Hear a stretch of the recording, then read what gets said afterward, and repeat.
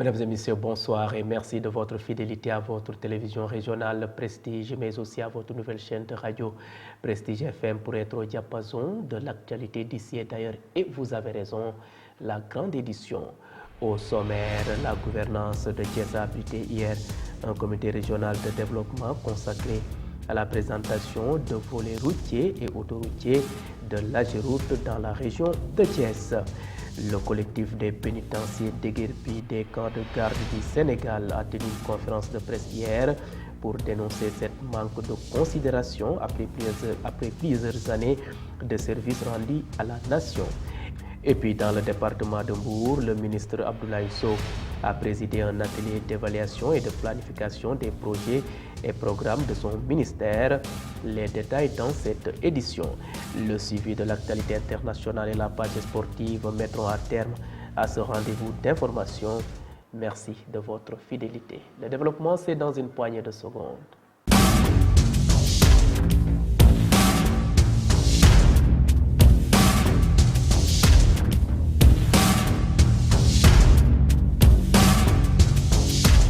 Bienvenue, démarrons ce rendez-vous d'actualité à la gouvernance de Thiès qui a abrité hier mercredi un CRD traduit par un comité régional de développement consacré à la présentation de volets routiers et autoroutiers de l'Ageroute dans la région de Thiès. Le chef de l'exécutif régional a présidé cette rencontre. Selon lui, l'Ageroute doit améliorer sa communication au niveau des collectivités territoriales. Omar Momadou Baldé, que je vous propose de suivre au micro de nos reporters présents lors de cette rencontre, Mambiram Sissegei et Doudou Thiey. Nous pouvons retenir comme résolution forte de ce CRD. D'abord, en ce qui concerne l'Ageroute, elle devra encore améliorer sa communication en direction des préfets, des sous-préfets, des maires et des collectifs afin que les doléances et difficultés inhérentes à ces projets puissent être prises en compte de la manière la plus dynamique. Concernant le point important de la libération des emprises, le CRD de Thiès retient qu'avant d'arriver à la libération des emprises, préoccupation de l'Ageroute et des entreprises qui interviennent, il y a une étape d'abord qui doit être franchie. Et cette étape, c'est la finalisation des conciliations et le paiement des indemnités y afférentes. Pour la finalisation des conciliations et le paiement des indemnités y afférentes, messieurs les préfets du département de Thiès et ses sous-préfets, monsieur le préfet du département de Tivaouane et ses sous-préfets sont chargés de la mise en œuvre rapide de cette résolution du CRD. Le collectif des pénitenciers déguerpis des camps de garde du Sénégal a tenu une conférence de presse hier pour dénoncer le délogement des retraités pénitentiaires par des forces spéciales de l'administration pénitentiaire. Le collectif réclame la restitution de leurs droits. Des Bois Aïra, ex-surveillants de prison, portent leur parole au micro de Isaac Dapa et Moussa Mbaye. Ce point de presse est organisé pour porter à la connaissance de l'opinion publique que les retraités de l'administration pénitentiaire ont été déguerpis dans les camps pour leur simple ne sont pas dans les camps pour leur simple vouloir, mais c'est à partir de la déclaration du président de la République, son Excellence M. Macky Sall, confirmée par une lettre du directeur des domaines, M. Mamboy Diao, qui avait listé les ayants droit logeant au camp des gardes cités comme suit: Mbour, Kaolack, Diourbel, Saint-Louis, Kolda, Louga, Thiès, Fatick, Mbacké et Kédougou. Les retraités ont été motivés par cette note du directeur des domaines pour réhabiliter et réfectionner les logements en situation vétuste avec la totalité de leurs revenus. ces logements abritaient des veuves très vulnérables, vivant avec leurs petits-enfants, des sommes d'argent et des troupeaux de moutons et des chèvres appartenant à des retraités et des veuves ont été emportés par les assaillants des forces spéciales de l'administration pénitentiaire sans aucune raison valable. Dès leur arrivée, avec un nombre impressionnant d'éléments de forces spéciales pénitentiaires, 200 hommes intensément équipés ont pris d'assaut les logements. Les 2 voies qui mènent à la prison de Mbour étaient ceinturées par des forces spéciales de l'administration pénitentiaire. Ils ont pris tous les téléphones portables. Ils ont arraché ces téléphones avec violence de 8h à 20h. Aucun retraité n'a mis pied dans les logements. Aucune personne aussi. Cause pour laquelle personne ne pouvait filmer la situation. Aucun journaliste ne pouvait entrer dans les logements. Même l'huissier de justice était empêché catégoriquement par des agents des forces spéciales de faire son travail d'huissier. Vous suivez le rendez-vous de l'actualité grâce à votre nouvelle chaîne de radio Prestige FM qui émet en modulation de fréquence sur les 95.5 FM ici à Thiès. Et à présent, parlons société dans cette édition et sous forme de bref illustré. La 6e édition de la journée culturelle des Darmanko est prévue le 23 décembre prochain. Et pour préparer cet événement, un CDD, comité départemental de développement, s'est tenu hier à la préfecture de Thiès en présence des chefs de service concernés. L'adjoint au préfet qui a présidé cette rencontre et l'adjoint au préfet a présidé cette rencontre et des perspectives ont été dégagées pour mieux accompagner les organisateurs.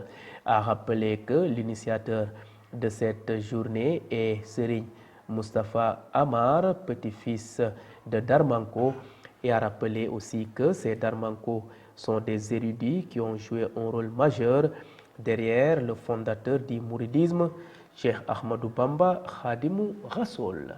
Restons toujours à la préfecture de Thiès où un autre CDD a eu lieu hier mercredi.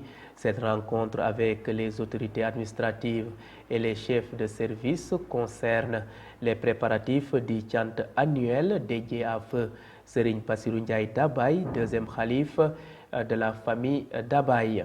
Selon Ahmad Ndiaye, toutes les mesures sont prises par les autorités pour un bon déroulement de l'événement. Ces propos seront recueillis par notre reporter Ibrahima Sarr. Aujourd'hui, nous étions été reçus par le préfet du département, par le biais de son adjoint, et par rapport à l'organisation d'un CDD pour les préparatifs de la journée de chant de Seigneur Mohamed Bassirou Ndiaye Dabaye, que nous organisons sous le guide et l'égide de son khalife, Seigneur Abdou Khadr Ndiaye Dabaye, et de Seigneur Abdoulahi Ndiaye Dabaye, le khalife de Seigneur Bassirou Ndiaye Dabaye. Mais on a été reçus par l'adjoint du préfet, entouré de l'ensemble des chefs de services départementaux, et on a exprimé nos besoins et également, chacun d'entre eux également a pris des engagements fermes par rapport maintenant à la réalisation des expressions de besoins qui ont été exprimées. Et nous souhaitons également que le Tout-Puissant les accompagne par rapport à l'accomplissement également des engagements qui ont été pris. C'était juste pour vous dire que c'est une journée de chant qui sera organisée par Serigne Alpha Ndiaye Dabaye sous le ndigal ou l'égide de ses parents, qui sera organisée le 6 janvier 2024 à Dabaye, auprès de la porte de la maison de Serigne Bassirou Ndiaye Dabaye. Et maintenant, nous prions Allah, le Tout-Puissant, pour qu'il nous accompagne pour une réussite totale à cette journée. Je vous remercie. Et à présent, cap maintenant dans le département de Mbour, plus précisément à Somone, où le ministre de l'Urbanisme, du Logement et de l'Hygiène publique, Abdoulaye Seydou Sow, a indiqué que son département et l'Assemblée nationale travaillent à l'adoption d'un nouveau code de l'urbanisme pour faciliter les procédures d'acquisition du foncier en évitant ainsi l'occupation illégale de certaines zones et l'érection de bidonvilles. Il a tenu ses propos lors d'un atelier d'évaluation et de planification des projets et de programmes de son ministère. Suivons ses propos.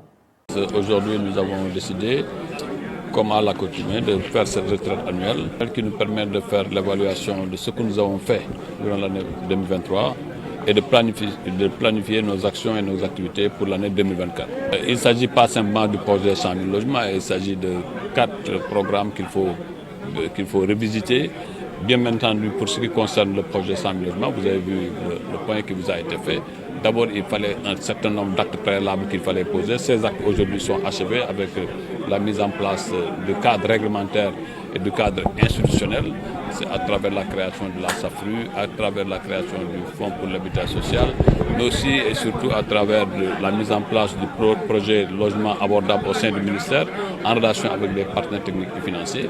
Et aujourd'hui, comme l'a rappelé le rapporteur général de cette commission, 30 conventions ont été signées, 30 conventions avec des promoteurs publics et il y a au moins 33 grandes conventions avec des promoteurs internationaux en plus de ce que fait la SNHLM. Vous avez vu hier à travers Kébémer, mais aussi à travers d'autres départements que nous allons inaugurer, que nous allons réceptionner dans les prochains jours. La SICAP SA aussi qui va sortir de Dakar et être sur le territoire national.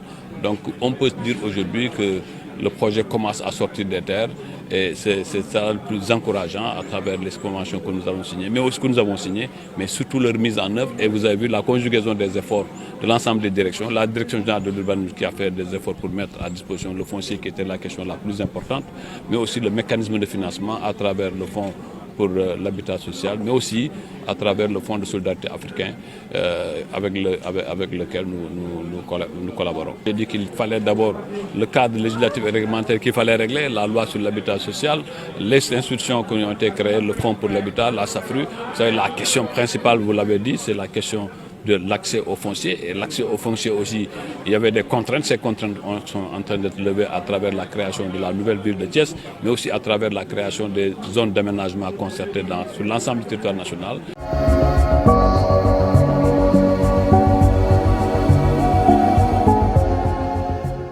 Et à présent, jetons un regard sur ce qui fait l'essentiel de l'actualité nationale de ce jeudi. Électrification, la Sénélec et ses partenaires injectent plus de 14 milliards pour la Casamance, nous dit Mambiram Sissegaï.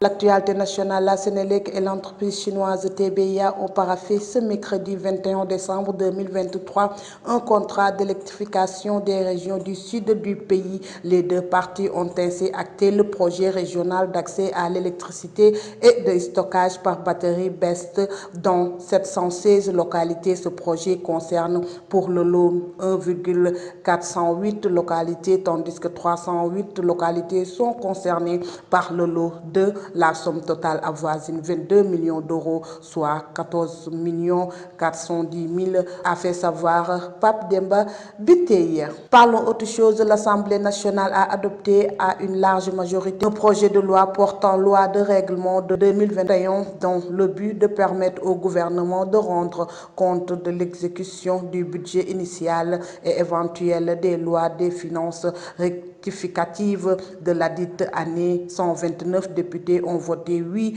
à l'adoption du projet de loi. 14 l'ont rejeté. Le but de l'adoption du texte est de permettre au gouvernement de rendre compte de l'exécution de la loi de finances initiale et éventuellement des lois de finances rectificatives de 2021. Terminons avec la Cour suprême qui a dévoilé la date de l'audience qui sera consacrée au recours introduit dans l'affaire opposant Ousmane Sonko à Mame Mbaye Niang. Sera le 4 janvier 2024 à 10h. La dite audience sera décisive puisque du verdict de la Cour suprême dans cette affaire dépendra aussi la question de la recevabilité de la candidature de Ousmane Sonko. C'était tout pour l'actualité nationale.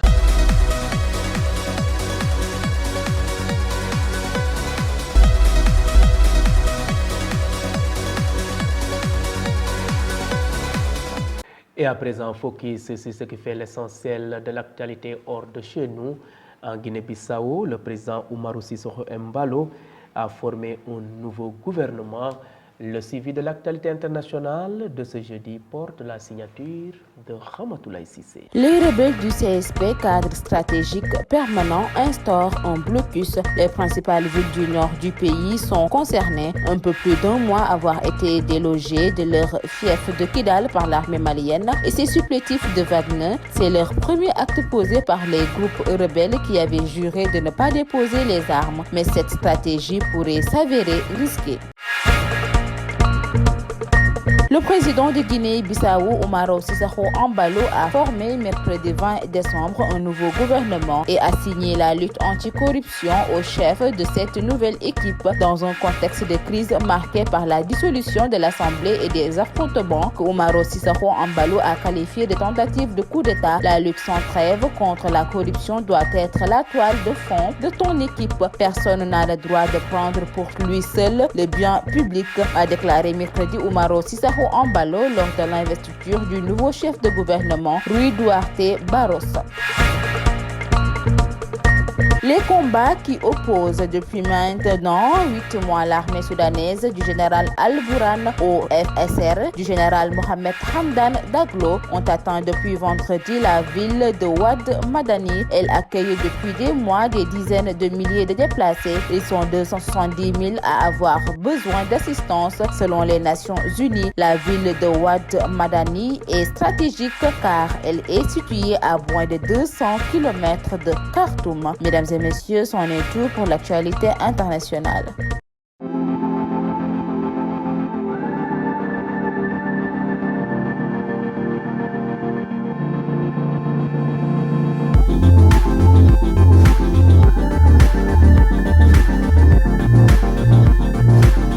Et bouclons cette édition par une note sportive. Bichoque, le Sénégal bat l'Iran en amical 5-4. Le suivi de l'actualité sportive de ce jeudi, c'est l'affaire de Adji Ramsek. Actualité sportive, Bichoque, le Sénégal bat à nouveau l'Iran 5-4 en amical. À Téhéran, le Sénégal reste sur une série de 2 victoires en 2 matchs disputés. Les Lions se sont encore imposés face à l'Iran ce mercredi.